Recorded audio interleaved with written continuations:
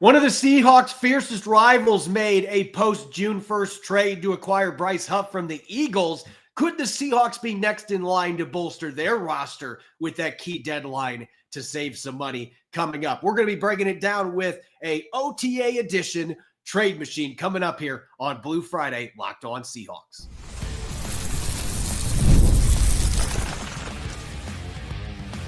You are Locked On Seahawks, your daily Seattle Seahawks podcast, part of the Locked On Podcast Network, your team every day.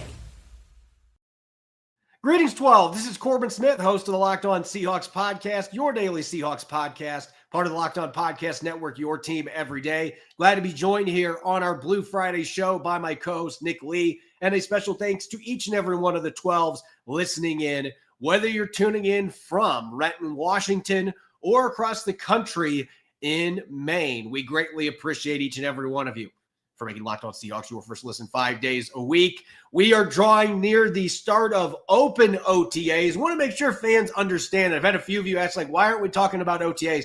I don't know what's happened to the 3 practices this week because they have not been open to media, but we will be on site next week. Promise there will be plenty of takeaways coming out of OTAs. What you will not hear me say is that a quarterback broke the record for the most touchdowns at OTAs because that does not exist. Anyway, I digress. We are going to be looking at 53-man roster projections during OTAs. Nick and I will be dishing out our latest projections, and we're going to have some fun bringing out the trade machine with the June 1st deadline coming up in just a couple of days. Without further ado, let's get to it. Now for your lead story here on our Blue Friday edition of Locked On Seahawks. Typically this time of year, there's not a lot of activity in the NFL. With that being said, June 1st is an interesting deadline to keep on the calendar because teams have the ability to save money and move on from players with post-June 1st designations. And if they make the deals after June 1st, they don't have to make the designation because that's the only option that they have. It allows a lot of teams to be able to make moves, trading or cutting players, and not having to absorb quite as much of a cap hit because it cuts half of that for the next year. It spreads it out over 2 years. And with that in mind, the 49ers today traded for Bryce Huff, a talented pass rusher for the Philadelphia Eagles. 49ers getting their pass rush further reinforced. A number of other teams are now exploring trade possibilities. So, Nick, you and I are going to bust out the trade machine here. First time we've done this in a while. And look at some possibilities for the Seahawks, who, according to Over the Cap, still have $31 million in cap space. They have room to be able to go out and make a move for a talented veteran to add to this roster. And I know there's one name that has been the trendy one for fans and media experts alike. And I know you were wanting to pounce on that possibility to open up the trade machine. Yeah, so it's not a guy that has direct Mike McDonald ties necessarily, but I'd imagine within the same division, Mike McDonald was like that Lego Batman reel where he's looking like, I just died in your arms tonight. And it's Trey Hendrickson. He's looking at Trey Hendrickson over in Cincinnati. And let's get a deal done here. So obviously expiring deal. I mean, we know the deal by now. It's an expiring deal. He's very unhappy. So the leverage isn't as present for Cincinnati as normal. I could see this being like a Leonard Williams situation where the Seahawks trade for him without necessarily having a deal in place for an extension. But certainly I could see, Trey Hendrickson liking it here and eventually signing an extension. So let's do it for a 2nd round pick. And will that get it done? That's up for debate. So let me put it this way. I think if it's first rounder or bust for an expiring deal with no guarantees after this year, I would hesitate to do that. 2nd rounder, let's talk. I mean, you're talking about a guy led the NFL in sacks last year. I mean, by 3.5. He had 3.5 more sacks than Myles Garrett last year, 17.5 sacks, 83 pressures. I mean, you name it. And he's not a one-trick pony. He can handle himself against the run too. So obviously this would be the big move of the offseason for the Seahawks. And as far as adding to the team, I know most of the offseason has been the Seahawks jettisoning veterans and key players from years past. But this would be a nice, obviously really exciting for fans, a boost in the PR. Getting a guy like Trey Hendrickson in the building Obviously, like I mentioned, Mike McDonald, very familiar with his game inside the same division in the AFC North with Cincy and Baltimore. So there's a little familiarity. I don't think there's any way the Seahawks at least don't entertain this idea, and if they haven't already. So let's start with the low hanging fruit. Give me a second rounder. You just think if the second round pick for maybe 1 year of Trey Hendrickson, lightning strikes, and you get an extension, and all of a sudden, boom, you have an absolute franchise edge rusher. Sign me up. Yeah, listen, I know that the Bengals are going to be saying we aren't trading him for unless we're getting a first round pick. You have a player on an expiring contract that is going to have to be paid by the team acquiring him. Holding out, too.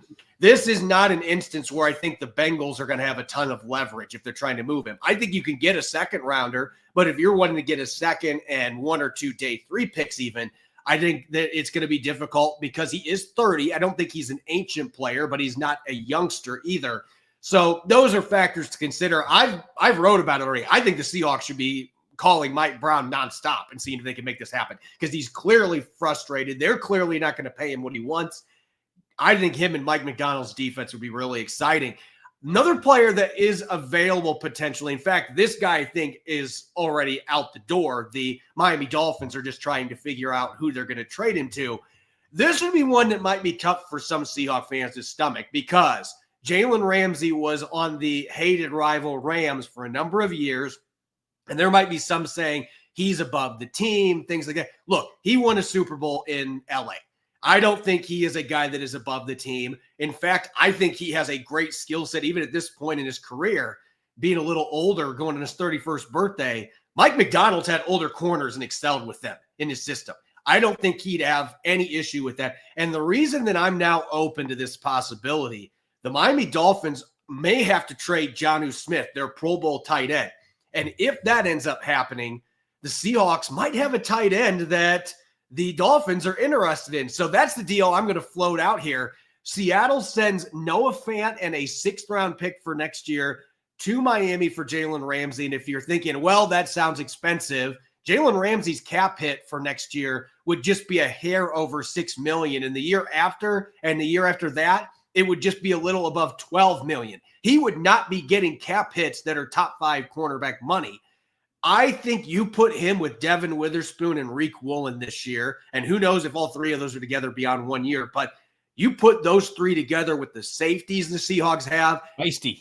That's maybe a Legion of Boom-esque group in terms of talent, a lot of different skill sets. If you can get him for a 6th and Noah Fant, who maybe gets beat out by Elijah Arroyo, your 2nd-round pick, I'm all ears on that. I think that is a deal that could potentially happen. I could see John Schneider being in the mix. We know they've been looking at veteran corners in free agency. If Ramsey can be had at that kind of a price point, I can see John Schneider absolutely pulling the trigger. Let's go to our wild card trades here real quick, Nick. We both talked big stars.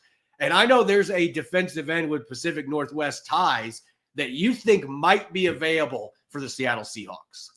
Talk about guys that you look at and go, wow, I saw this kid at Oregon live. I'm like, on Oregon, he looked different. Like, he looks different among all the uber talented Oregon players. And he's had a decent run with the Giants, but give me Kayvon Thibodeau from the New York Giants.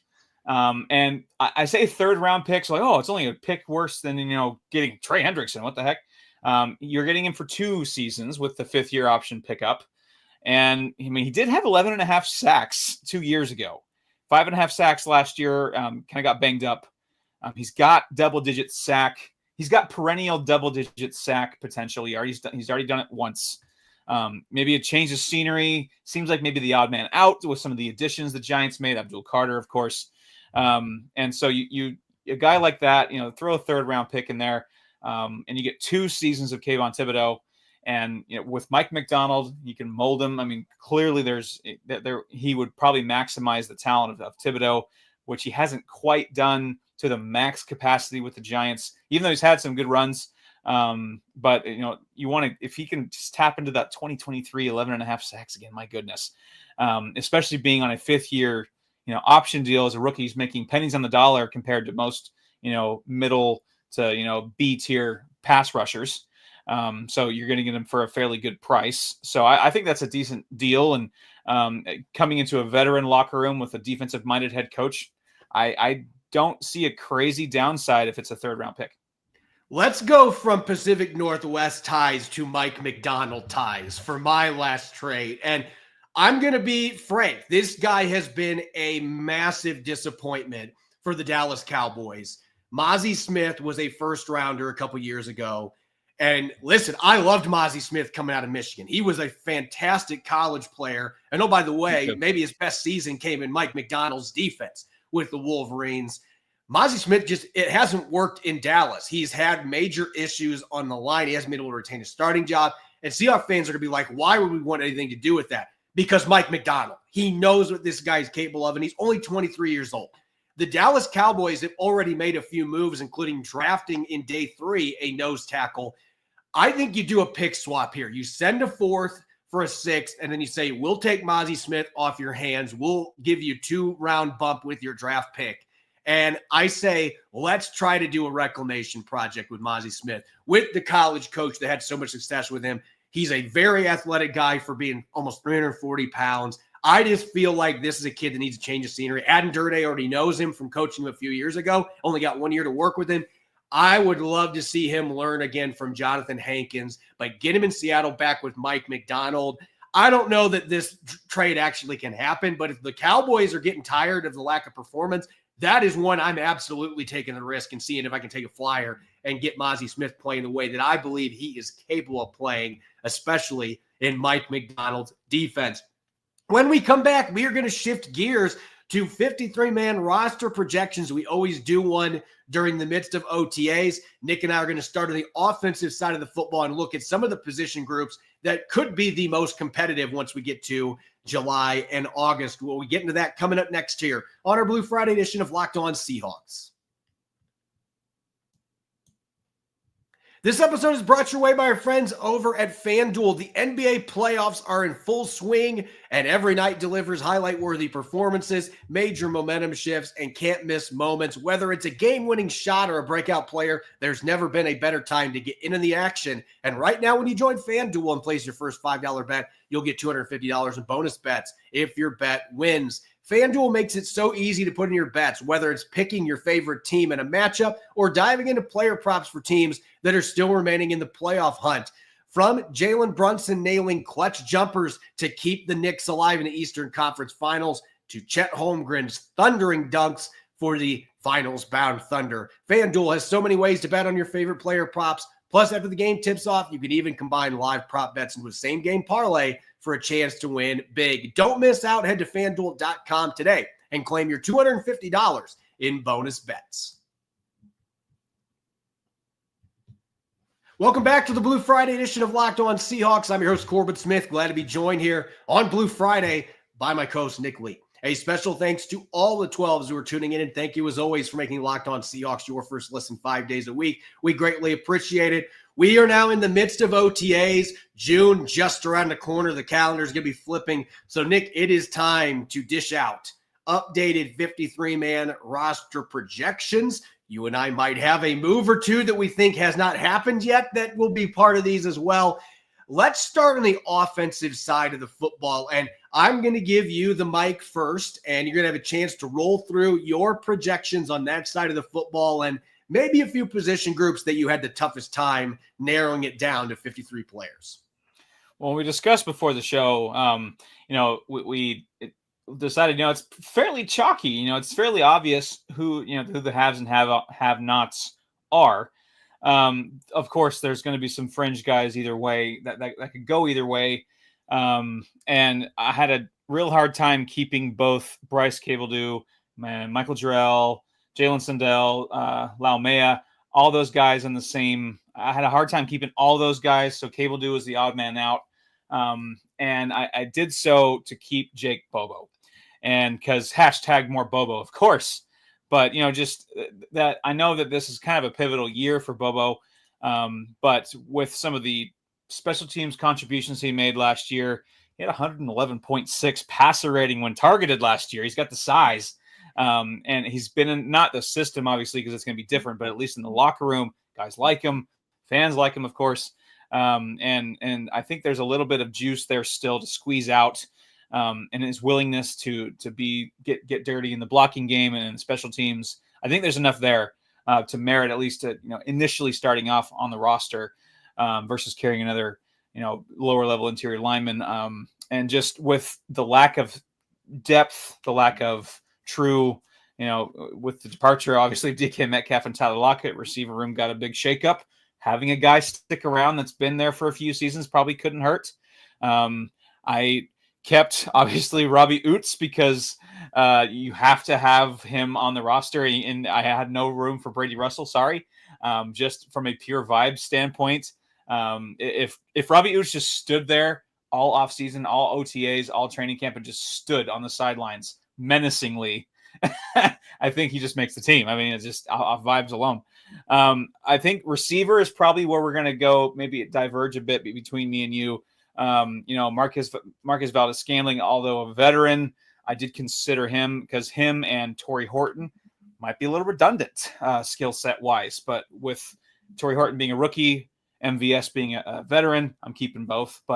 So I'm opting to keep Jake Bobo in there just from a stability standpoint. He brings enough special teams in there versus kind of a throwaway depth lineman.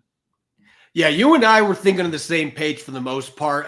Jalen Milroe is going to be on this roster. Drew Lock is going to be on this roster. You're going to have 3 quarterbacks because Milroe, we've talked about this ad nauseum since they drafted it. The running ability, the sub packages you can do with him, it is something they have not had from a third quarterback ever. And so you have to keep him on the roster because he is a threat that you can game plan into what you're going to do against teams on Sundays, even if he's not your starting quarterback. And Drew Lock, you're going to be more comfortable probably right now throwing him into a game if Sam Darnold gets banged up as an every down quarterback, at least early on. So all 3 of those guys are going to make the team. I think with the emphasis on the run game and 2 backs, you're going to see 4 running backs make this team. I don't think the Seattle's going to feel like they can cut Damian Martinez or Kenny McIntosh and get them to practice squad. I think that this is a really talented running back room, and Robbie Oots is going to be the guy at fullback. And it's not an offense to Brady Russell. Maybe he makes the team as a 4th tight end because he's such a good special teams player, but I just think Robbie Oots screams fullback. That is the guy that Clint Kubiak has handpicked in the draft. That's who I want lead blocking, and he can catch passes a little bit for a big guy. He's athletic, so he's going to be on the roster. Really, the one difference that you and I had, and I had a really hard time doing this because, and listen, I could look at this next week and change my mind. That's how close this is for me. When I look at the receiver position, I think Torrey Horton and Ricky White are both on this roster day one, not just because I like them as receivers, but they're excellent special teams players.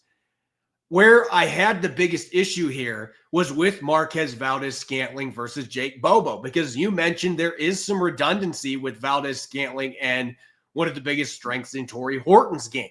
I think Horton's already a better all-around receiver, though, than Marquez Valdes-Scantling is. So the question you have to ask is, do I want to have a backup receiver that has a little bit more juice, where Valdes-Scantling has a lot more juice speed-wise than Jake Bobo? I think everybody in the NFL that plays receivers probably got more juice than what Jake Bobo does. But Bobo does some things that Valdes-Scantling does not do. He is a much better route runner. He can actually get the job done in the short to intermediate game, and he can be a chain mover. He can create a little bit after the catch, and he doesn't drop very many passes, where Valdes-Scantling's had issues. So I almost feel like I'm talking myself into doing the opposite of what I picked here, but I ended up going with Valdes-Scantling because he has played in Kubiak's offense, and he played well in Kubiak's offense last season.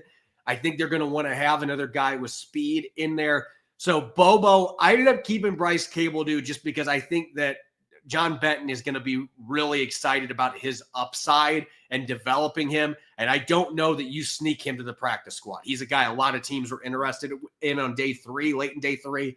There's going to be line-needy teams that try to pluck him up. So I think at least on the outset, you're going to have 10 offensive linemen on this roster. But really the biggest difference for me, that receiver spot, you kept 6. I could see it happening even in this offense doesn't use as many 3 and 4 receiver sets because of special teams value, return value. But I'm going with the extra offensive lineman in this case. It really does create an interesting dynamic, though. I think that the receiver position, you could also argue maybe Cody White throws his hat in there. There's a few other guys we don't have. Tariq Young could still potentially play his way in this roster as a special teams guy. And maybe he's a better fit in this offense than he's been in the last couple. Who knows? It is going to be the most competitive position group on offense. And I think running back's going to be really competitive, not in the sense for roster spots as much as who the hell is going to get the rock, who's going to be playing. And so I've got all four of those backs in as you do. I just think the receiver position, that's one that we could be waffling back and forth on for the next several weeks. Yeah, and that's kind of the fun of this time of year. It's 53-man projection season, so to speak. So I agree with keeping the running backs where they are. That's fairly obvious. Ricky White could be a special teams ace in the making. 3 tight ends, of course. Barner had a solid rookie year. Fant, you got to keep him unless you want to make him a cap casualty, which I don't have here. Elijah Arroyo, I think, is the Noah Fant in waiting. And so just as an offense, you could see 1 or 2 going the other way, just basically with game planning, scheming. Does he fit what we want to do in the run game? But yeah, we both agree that this is fairly chalky, using a March Madness term. I don't know if that's a good or bad thing. I guess we'll find out. Those of you that are watching on YouTube and you see our depth charts listed out, it's just players, not necessarily starters. Gray Zabel is going to start. Both of us have Gray Zabel starting on the offensive line, even though he's third on the list. Christian Haynes is who I have winning the right guard position. I'm interested, Nick. Who do you have winning that job? We both have Anthony Bradford out on this football team, and I think that's kind of been a general consensus. Maybe he has something to say about that, but I just don't see a scheme fit there for him.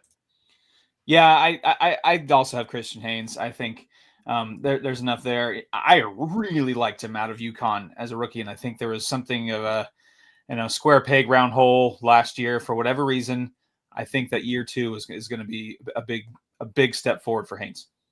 When we come back, we are going to shift over to the defensive side of the football with our 53-man projections OTA edition. That'll be coming up next here on Locked On Seahawks.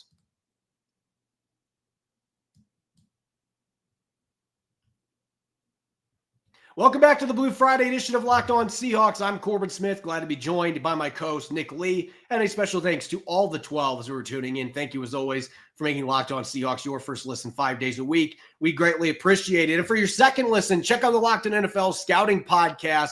The NFL Draft is way in the rearview mirror, but the roster moves and news never stop. Host Kyle Krabs and Joe Marino will make you the most informed NFL fan this offseason. Find Locked On NFL Scouting on YouTube or wherever you listen to podcasts.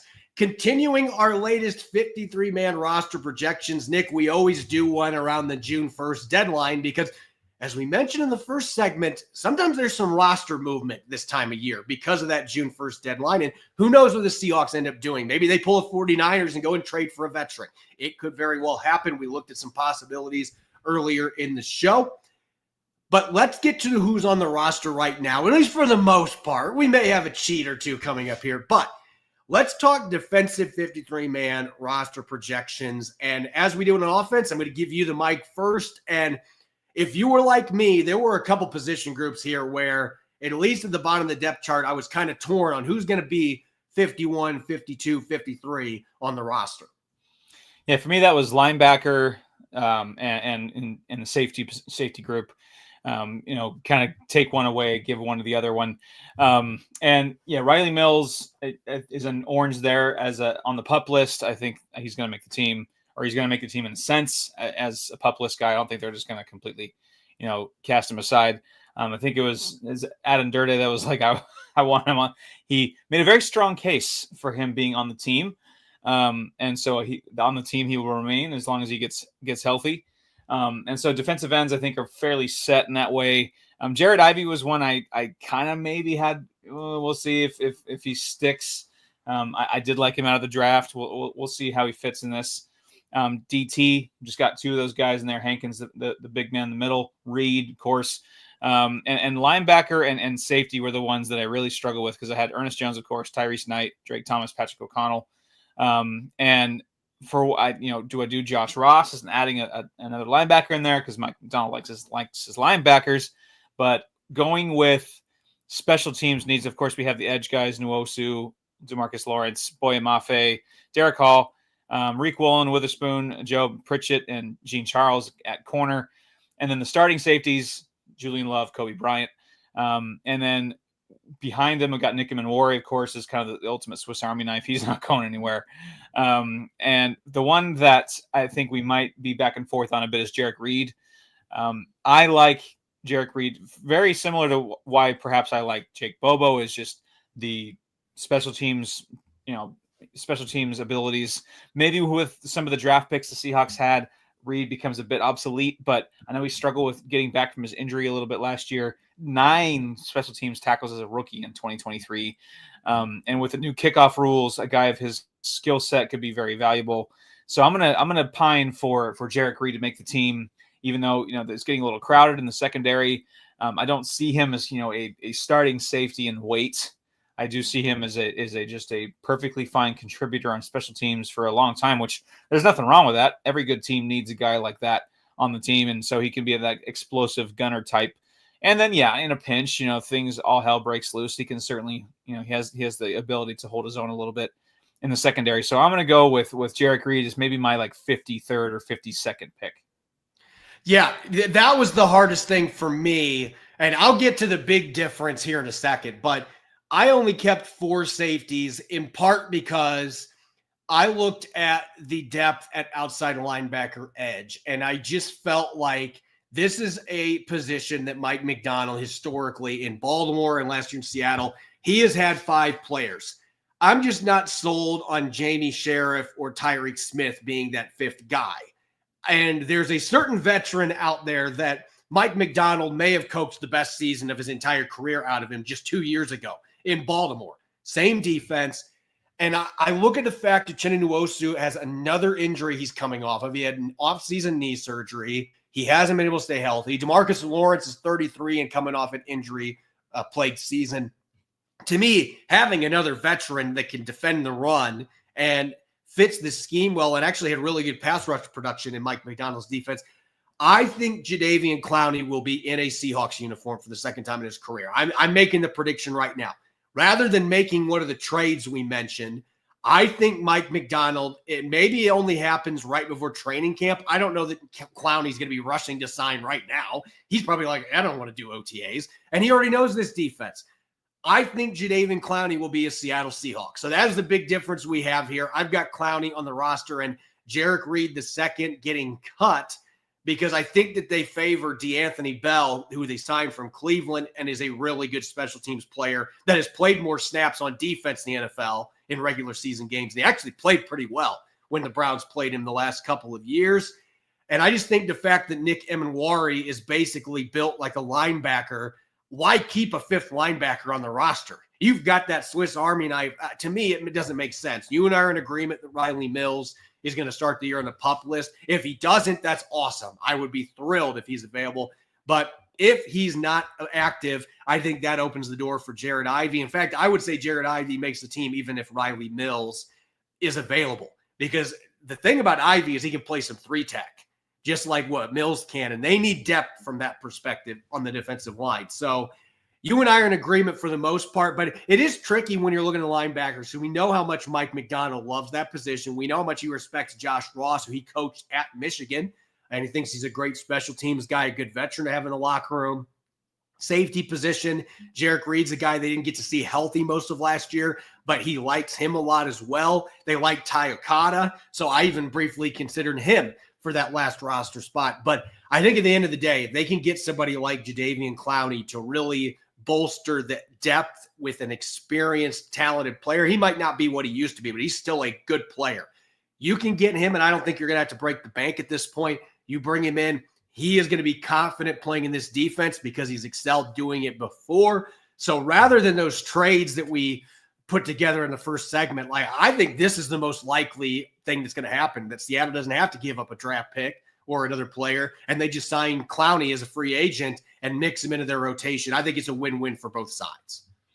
Yeah, then he messes around and maybe gets as many sacks as Kayvon Thibodeau would have anyway. That could absolutely happen. I mean, he kind of did that last year with Baltimore with Mike Macdonald. But certainly that would be a nice wrench to throw into our 53-man projections. I would not hate to, oh man, now I got to fit Trey Hendrickson somewhere.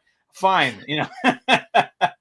So this is the fun part of the summer. The NFL never stops. And really this isn't done. I mean, this is very much an unfinished painting so far with him. I mean, we've seen activity in the NFL already. I don't know. I kind of have a feeling like there's something cooking. I don't know about a Trey Hendrickson, but I just got that feeling like something's cooking for the Seahawks down the pipeline here in a little bit. This kind of feels like a keeping up with the Joneses type thing where, if your rival makes a move, I got to try to make a move myself. And Seattle's got the cap space to do it. So I'm with you. I can see a move happening, but why trade away assets? I mean, if you can get Hendrickson for a second, like I said, I'm all on board for doing that. I'm doing that any day of the week before I sign Clowney. I mean, you could make an argument to bring both of them. Why not? I mean, Clowney, I don't think is going to be expensive. So listen, there's no such thing as having too much depth and talent on the defensive line. I think you and I are in agreement that adding another edge and the Philadelphia Eagles agree. Tackle, I think those two positions, and you could make an argument at corner too. That's why I mentioned Jalen Ramsey. The fact that his cap hit is $6 million this year, and the Dolphins are not going to be getting a high draft pick for him with the salary and at his age. Even though he's still a good player, nobody's going to be giving them a day 2 pick. Like if you say, "Hey, we're going to give you Noah Fant because we have another player that just like him that we just drafted that we're really high on, we'll give you him and we'll give you a late round pick." That might be the best offer Miami's going to get for him. And then suddenly you have a 3-headed monster at the cornerback position that the rest of the NFC West is like, oh boy. So I still think Jalen Ramsey, he might not be the player he once was, but he's still a really good corner, especially if you put him with Witherspoon and Woolen. So there's all these possibilities that we've rolled out. I could see a trade and a signing because they have cap space to work with.